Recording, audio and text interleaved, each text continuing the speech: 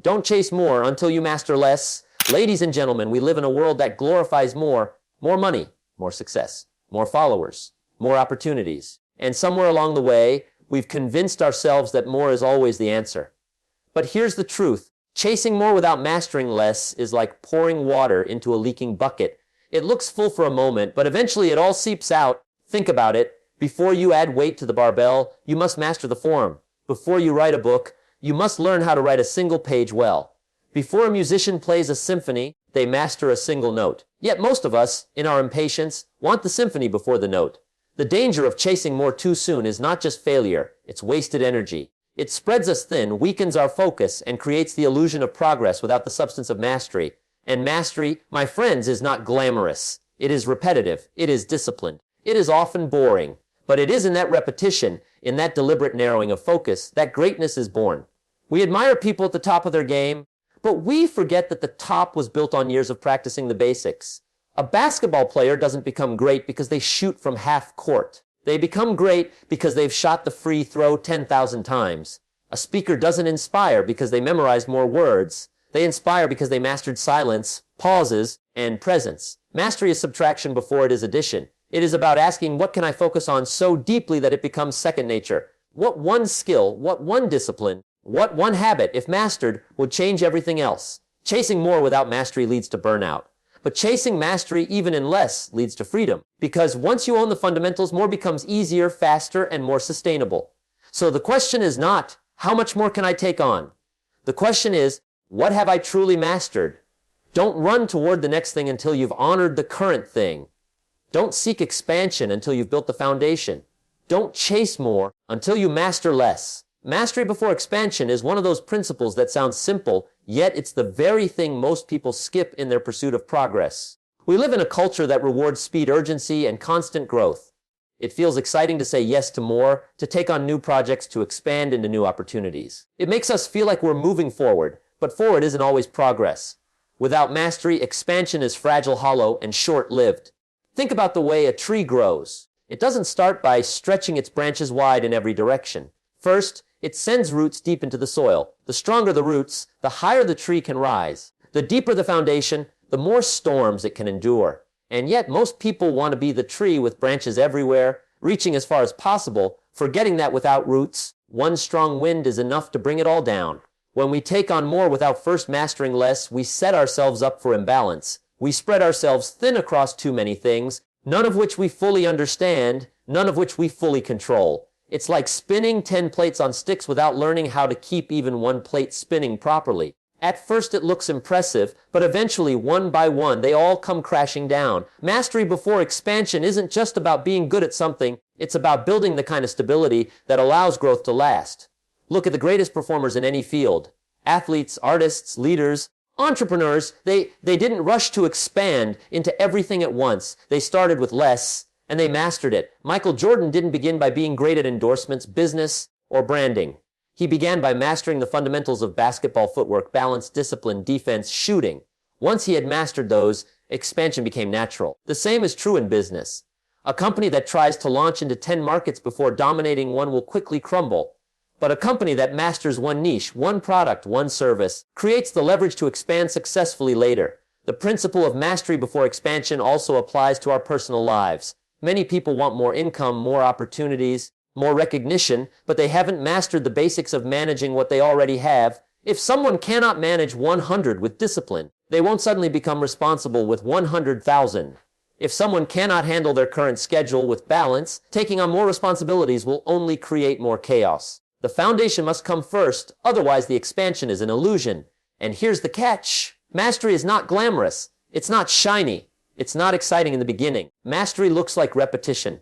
It looks like showing up day after day and practicing the same move, the same skill, the same discipline until it becomes part of who you are. It looks like a musician playing scales for hours, even when they'd rather be performing songs. It looks like a speaker rehearsing the same lines until the words feel like they live in their bones. It looks like an entrepreneur testing, adjusting, and improving the same product until it finally delivers consistently. That's why most people skip it. They want the results of mastery without the process of mastery. But without mastery, expansion is empty. It's surface level. It may look good to others, but deep down it lacks the strength to last. People chase more followers without mastering connection. They chase more opportunities without mastering discipline. They chase more recognition without mastering the ability to deliver real value. When expansion comes before mastery, it only magnifies weaknesses. But when mastery comes first, expansion magnifies strength. Think of it like building a house. If you expand the structure without strengthening the foundation, you're only making it easier for the cracks to show. But if you pour the time, effort, and patience into making the foundation solid, you can build as high as you want, and it will stand. The irony is that mastery feels slower in the beginning, but it makes everything faster later. By taking the time to master the fundamentals, you actually save time in the long run, because when the moment to expand arrives, you're ready, you have the tools, the confidence, and the stability to handle it. This is why you often hear stories of overnight success that took 10 years. It looks like they expanded suddenly, but in reality, they were mastering their craft quietly for years before anyone noticed. The world only sees the expansion, not the mastery that made it possible. And when you truly understand this, you stop comparing yourself to others. You realize that their more is built on years of less. You begin to value patience, practice, and discipline. Mastery before expansion is also about humility. It's the humility to say, I don't need more right now, I need to go deeper. It's the humility to resist the temptation of shortcuts, to accept the process, to acknowledge that true strength is built in the quiet spaces, not in the spotlight. It's about understanding that saying no to more is not weakness, it's wisdom. It's the recognition that every great leap forward is built on the strength of steps repeated over and over until they are unshakable. When we live by mastery before expansion, we change the way we approach life. Instead of chasing every opportunity, we ask, what do I need to master first? Instead of saying yes to everything, we say yes to what matters most. Instead of measuring progress by how much we've added, we measure it by how deeply we've grown. And in doing so, we set ourselves up for expansion that doesn't just look good for a season, but lasts for a lifetime. Depth over breadth is one of the most misunderstood principles in today's world. We are taught from a young age that doing more, knowing more, and being involved in more will lead to success. We are encouraged to multitask, to diversify, to spread ourselves across as many opportunities as possible, as though the measure of success is how much we can juggle at once. But the truth is, spreading wide without going deep is like planting seeds on shallow soil. Things may sprout quickly, but they do not last because they lack roots. Depth is where strength comes from, depth is where mastery comes from, and depth is what separates those who dabble from those who leave a legacy. When you go wide, you might touch many things, but you don't truly know any of them. You may have 10 hobbies, 10 ventures, 10 pursuits, but without depth, you are always on the surface. Depth requires commitment. It requires focus. It demands that you give your energy to one thing long enough to uncover its truth. Most people avoid depth because it feels slow. It feels repetitive. It feels like you're not making progress when everyone else seems to be racing ahead with more. But here's the paradox: going deep in one area unlocks the kind of knowledge, skill, and insight that going wide can never produce. Consider a craftsman. A carpenter who has been working with wood for decades doesn't just know how to cut and assemble. They know the grain of the wood, the texture, how it bends, how it breathes, how it changes with time and temperature. That level of understanding doesn't come from dabbling with wood once in a while. It comes from depth. And because of that depth, their work carries a quality, a precision, and a beauty that breadth can't create. The same is true in any field. A doctor who specializes deeply in one area often becomes the best in that field because they have dedicated their energy to depth. A leader who understands people on a deeper level builds stronger teams than one who simply learns leadership slogans. Depth creates value. The problem is, depth requires sacrifice. To go deep, you must choose to go narrow. You must be willing to say no to many things in order to say yes to one. You must resist the urge to appear impressive by having your hand in everything. That is why so many people remain shallow. They are more concerned with looking like they know a lot than truly mastering a little. But in the end, it is depth that pays off. Depth is where trust is built. Depth is where reputation is established. Depth is where breakthroughs happen. Think of water. A river that spreads wide and shallow can look impressive, but it doesn't carry the same force as water that is focused and deep. A narrow, deep current can carve through rock, generate power, and transform landscapes. The same principle applies to our lives. When our focus is wide and scattered, our impact is weak. When our focus is narrow and deep, our impact becomes unstoppable. We live in a world that rewards instant results, but depth is about playing the long game. It is about building something so solid that time only strengthens it. Depth over breadth also teaches patience. In a world of shortcuts, depth demands that you stay. It demands that you keep digging when others have already moved on to something else. It demands that you embrace the boredom of repetition and the frustration of slow progress because you know that beneath the surface lies something others will never find. Depth is not glamorous in the moment, but it is powerful over time. And here's another truth. Going deep in one area often gives you insights that transfer into others. Once you master the process of going deep, you can apply that same mindset anywhere. Someone who has deeply mastered discipline in sports can carry that same discipline into business. Someone who has gone deep into music can carry those lessons of rhythm, patience, and creativity into leadership. Depth compounds while breadth scatters. The world often confuses being busy with being effective. People love to say they are working on 10 projects, learning 5 skills, chasing 3 opportunities. It sounds impressive, but business without depth is empty. It gives the illusion of progress while producing little of substance. Depth, on the other hand, may look unimpressive to outsiders in the beginning, but eventually the results speak for themselves. A person who has gone deep into one skill for years becomes irreplaceable. They develop an edge that no surface-level knowledge can compete with. Depth is also about identity. When you go deep, what you learn and practice becomes a part of who you are, not just something you do.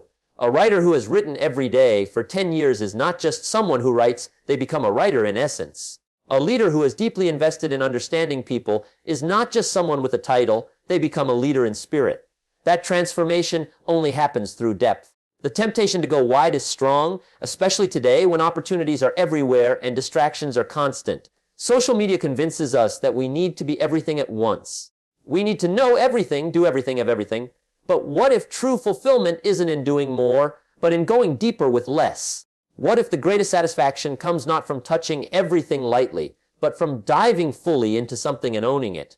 That is the power of depth. When you look at history, the names we remember are not the ones who did everything. They are the ones who went so deep into their craft, their field, or their mission that they reshaped it. Einstein went deep into physics. Beethoven went deep into music. Gandhi went deep into justice. Their impact was not because they spread themselves wide, but because they committed to depth. They are remembered because they chose depth over breadth. Depth also creates resilience.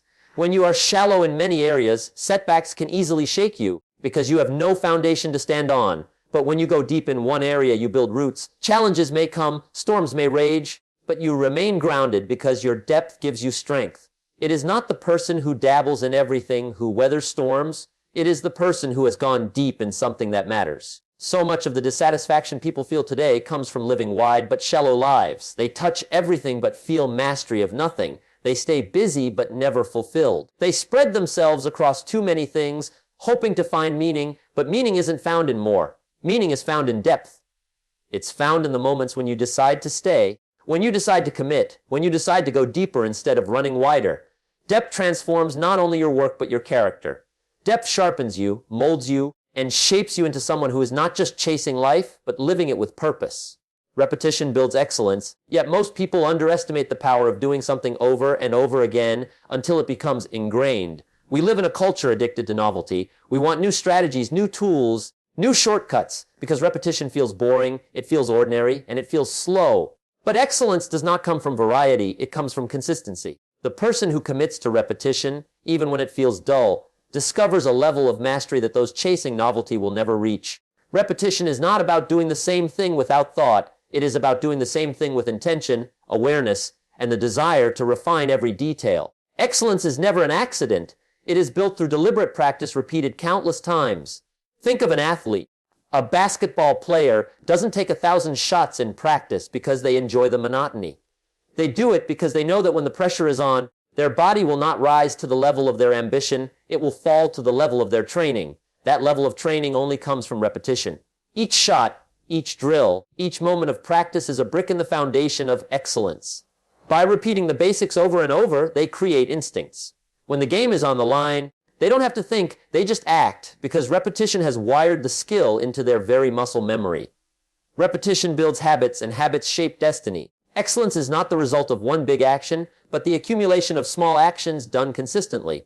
A musician who practices scales daily, a writer who writes every morning, a speaker who rehearses the same talk 100 times. These are the people who eventually stand out, not because they did something extraordinary once, but because they did the ordinary things repeatedly until they became extraordinary. Repetition sharpens skill, but it also builds confidence. The more you repeat, The more familiar the process becomes, and the less you fear failure. What once felt difficult becomes natural, and what once felt overwhelming becomes effortless. The challenge is that repetition requires patience. It demands that you embrace the process even when results are not immediate. Most people quit too soon because they mistake repetition for stagnation. They believe that if they are not seeing instant results, they must be doing something wrong. But repetition is not about instant results. It is about building invisible progress that eventually becomes visible. The tree doesn't grow tall overnight, but each day, unseen roots are spreading deeper into the soil. In the same way, repetition creates invisible growth beneath the surface long before the results are visible to the eye. Repetition also teaches humility. When you commit to repeating the basics, you are acknowledging that mastery does not come from skipping steps. You are willing to slow down, to return to the fundamentals, to refine what others ignore. The greatest professionals in the world never outgrow the basics. They repeat them daily. A boxer may have the most advanced combinations, but they still practice the jab. A pianist may play complex compositions, but they still warm up with simple exercises. They understand that repetition of the basics is the anchor of excellence. Repetition builds discipline. There will be days when you don't feel like showing up, when the excitement is gone, when you are tired of doing the same thing. But showing up anyway, repeating the work regardless of emotion, is what sets apart those who dabble from those who excel. Motivation might get you started, but repetition is what keeps you going when motivation fades. Each time you repeat an action despite resistance, you strengthen not just the skill, but your character. Discipline becomes a natural byproduct of repetition. There is also a psychological effect of repetition. It rewires the brain. Neuroscience shows that when you repeat an action, you create and strengthen neural pathways. Over time, what was once effortful becomes automatic. This is why repetition is so powerful. It is not just practice, it is transformation. Through repetition, your brain adapts, your body adapts, and excellence becomes second nature. Repetition is also the filter that separates the committed from the curious. Many people start something, but few stick with it long enough to repeat it thousands of times. The curious quit when boredom sets in. The committed endure repetition because they know what it produces. Excellence is not a one-time event. It is a lifestyle built on repetition. It is easy to be good once. It is difficult to be excellent consistently. Repetition makes consistency possible. Think of language learning. You don't become fluent by memorizing a word once. You become fluent by repeating words, phrases, and sentences until they become automatic. Think of physical training. You don't build strength by lifting a weight once. You build it by repeating the movement over and over, gradually adding intensity, gradually improving form. Think of relationships. Trust is not built by one grand gesture. It is built by consistent actions repeated over time. In every area of life, repetition is the invisible thread that weaves excellence together. There is a danger in believing that excellence comes from complexity. People chase advanced techniques, complicated strategies, and impressive hacks. But the truth is, excellence is built on simplicity repeated relentlessly.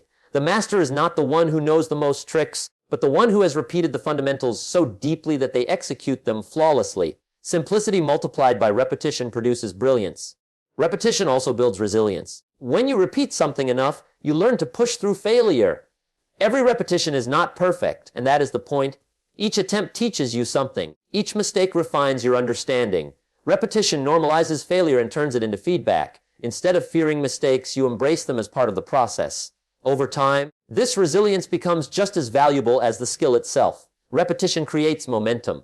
At first, it feels like hard work to keep repeating the same action, but eventually, the action carries its own rhythm. Just as a wheel is hardest to push at the start, repetition builds momentum until the action flows naturally. That momentum is what carries you forward when energy is low, when obstacles appear, when others have stopped.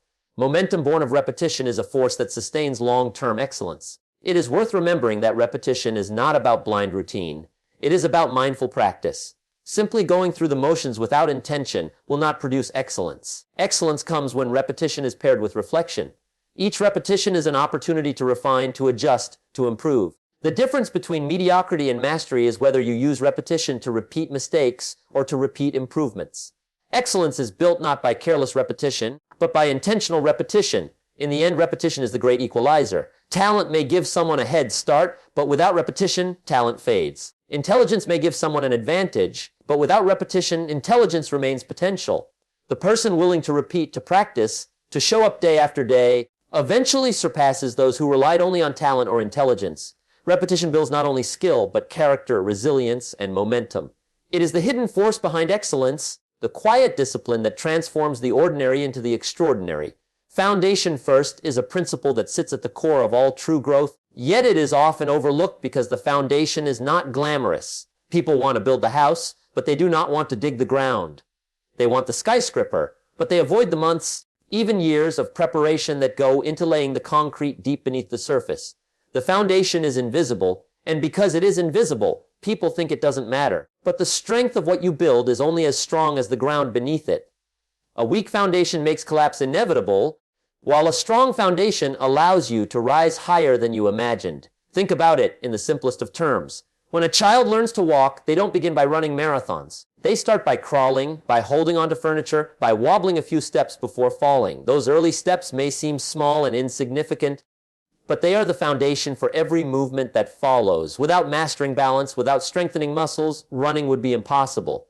Yet as adults, we often want to skip the equivalent of crawling. We want to leap into advanced stages without mastering the fundamentals, forgetting that every skill, every achievement, every dream requires a foundation. The foundation is rarely exciting, but it is always essential. Consider an athlete. Before they compete at the highest level, they spend years strengthening their body, their stamina, their discipline. The hours in the gym, the endless drills, the strict routines, this is foundation work. Without it, their talent would crumble under pressure. Consider a musician.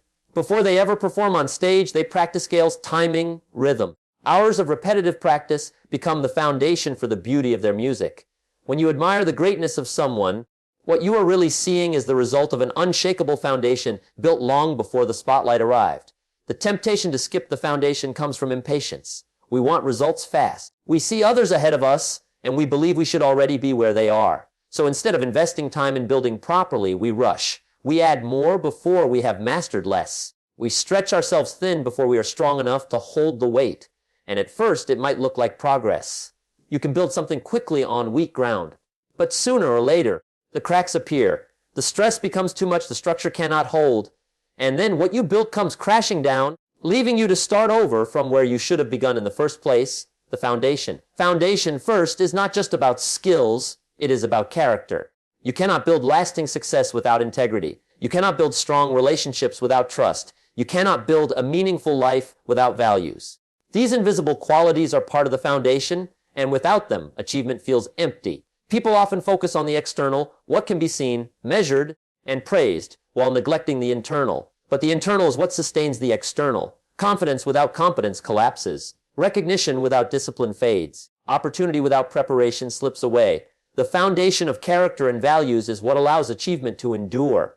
When you look at people who rise quickly and fall just as fast, what you are often seeing is a lack of foundation.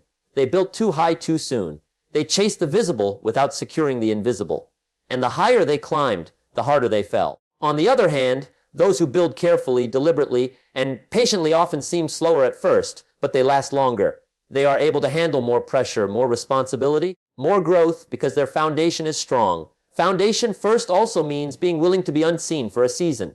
The foundation is buried underground where no one notices it. The work is quiet, repetitive, and invisible. While others may be getting recognition, you may feel hidden, but it is in that hidden season that true strength is built. The foundation is not supposed to be visible, but it is supposed to be unshakable. Those who are willing to invest in the unseen work eventually create lives that stand the test of time. It's worth noticing that the foundation is not just built once. It must be maintained. Even the strongest structures in the world require inspection, reinforcement, and care. In our lives, this means returning to the basics regularly. It means checking our values, our habits, our mindset. It means asking ourselves whether we are building on something stable or whether we've allowed cracks to form. Foundation first is not just a starting point. It is a continuous commitment to ensuring that what we build can last. There is also freedom in focusing on the foundation. When you know your base is strong, you are not easily shaken by setbacks or criticism. You don't need to constantly chase validation from others because you know what you are standing on. You don't crumble under pressure because you trust the work you've put into preparation. Foundation provides security. It allows you to grow with confidence because you know the ground beneath you is solid. The world often celebrates the visible, achievements, awards, recognition. But the invisible foundation is what makes the visible possible. A person who has mastered the basics of communication can lead effectively. A person who has built the foundation of financial discipline can handle wealth responsibly. A person who has invested in the foundation of self-awareness can navigate relationships with wisdom. Everything begins at the foundation. This principle is evident in nature as well. A tree does not begin with branches and leaves. It begins with roots. Those roots spread deep into the earth, anchoring the tree, drawing nourishment, making growth possible. The taller the tree, the deeper the roots must go. The more ambitious your goals, the stronger your foundation must be. Roots are hidden, just like foundations, but they are the source of strength. Without them, growth cannot endure. Foundation first requires humility, because it forces us to admit that we are not ready for more until we have mastered what we already have. It forces us to slow down when the world tells us to speed up. It asks us to build depth before we chase breadth. It requires us to be patient, disciplined, and consistent. But it is the only path to building something that will last. The foundation is not glamorous, but it is powerful. It is not praised, but it is essential. It is not visible, but it determines everything that will be seen later. When you focus on foundation first, you are choosing strength over speed, depth over appearance, and longevity over shortcuts. The world may not notice your foundation, but one day it will notice what you built on top of it. And the reason it will stand when others fall is because you had the wisdom to build foundation first. Less creates more is one of those paradoxes that feels counterintuitive at first, because everything around us insists that more is always better. More opportunities, more commitments, more possessions, more connections. The chase for more seems like the natural path to growth, yet what it often creates is overwhelm, distraction, and mediocrity. The irony is that by doing less, by focusing on less, by simplifying, we actually create more value, more clarity, and more impact. Less is not about scarcity, it is about concentration. It is about removing the unnecessary so that the essential can shine. When you reduce the noise, the signal becomes clear. Most people are drowning in noise. Too many goals, too many responsibilities, too many half-finished projects. They are pulled in every direction, and because of that, their energy is diluted. They are busy but not effective. They are moving constantly but not moving meaningfully. By choosing less, you reclaim focus. You give your time, energy, and creativity to what matters most. In that concentration, you produce more than you ever could by scattering yourself across countless distractions. Consider the way sunlight works. When sunlight spreads across a wide surface, it warms gently. But when sunlight is concentrated through a magnifying glass, it becomes powerful enough to start a fire. The same principle applies to your life. Spreading yourself thin keeps you warm at best, but focusing your energy, reducing your commitments, and channeling yourself into fewer things allows you to ignite real change. Less creates more because focus creates power. We admire those who achieve great things, but we often forget that behind their greatness was a ruthless commitment to less. An author writes one book at a time, not 10. A musician focuses on one instrument, one sound, until it is mastered. A visionary leader is guided by one mission, not 50. Greatness does not come from chasing everything. It comes from narrowing your life down to what matters most and giving it everything. The discipline of less is the foundation of extraordinary. Less creates more also because it reduces friction. The more things you carry, the heavier the load becomes. Every extra commitment requires energy to maintain. Every extra responsibility demands attention. Every extra choice creates decision fatigue. The weight of more slows you down, often without you realizing it. But when you lighten the load, you move faster. When you clear the clutter, you think sharper. When you cut away what doesn't serve you, what remains becomes stronger. By saying no to many things, you give a bigger yes to the things that truly matter. There is a reason why some of the most effective strategies in life and business are about subtraction, not addition. Companies that try to serve everyone dilute their brand. Companies that simplify and serve a focused market dominate. People who chase every opportunity burn out. People who prioritize and pursue fewer opportunities with excellence thrive. Less creates more because it creates quality. Instead of doing 10 things poorly, you do 1 or 2 things exceptionally well, and those things open doors to far greater results. Less also creates more in relationships. Having hundreds of shallow connections cannot compare to having a few deep ones. It is in depth, not in number, that trust and meaning are built. The same applies to knowledge. Knowing a little about everything can make you interesting, but knowing a lot about something can make you impactful. Breadth without depth leaves you scattered, but less with depth creates expertise, credibility, and influence. The discipline of less requires courage because it means letting go. It means letting go of the illusion that you can do it all. It means letting go of the need to impress others by being busy. It means letting go of distractions that feel good in the moment but take you away from what matters in the long run. Saying no is uncomfortable. Simplifying feels risky because it feels like you might miss out. But the real risk is trying to do everything and ending up doing nothing well. Less creates more because it frees up space. Just as a garden must be cleared of weeds for flowers to grow, your life must be cleared of clutter for your best work to emerge. Too many commitments choke creativity. Too many distractions suffocate focus. By doing less, you create the room necessary for excellence to grow. This principle is why minimalism resonates with so many people. It's not about having nothing, it's about making room for what matters. When you look at nature, you see the same truth. A river becomes powerful not because it flows everywhere, but because it is contained and directed. A tree grows tall not because it tries to be every plant, but because it channels its energy into being itself fully. Nature is efficient. It does not waste energy on excess. In the same way, less allows you to align with efficiency. It allows you to live with clarity, to act with precision, to build with purpose. The pursuit of more often leaves people restless, unsatisfied, always chasing the next thing. But less brings peace. Less brings contentment, not because you are settling, but because you are choosing. You are no longer trying to hold everything. You are choosing to hold what matters. This brings a sense of freedom, a sense of alignment, and a sense of fulfillment. It allows you to give your full self to fewer things, and in doing so, to create more meaningful outcomes. History also shows us the power of less. The people remembered most are not those who tried to do everything, but those who dedicated themselves to something specific. Steve Jobs once said that focus is not about saying yes, but about saying no. Apple's success came not from creating everything, but from focusing deeply on a few products and making them extraordinary. Writers who left a mark didn't publish endless, scattered ideas. They poured themselves into fewer works that carried lasting impact.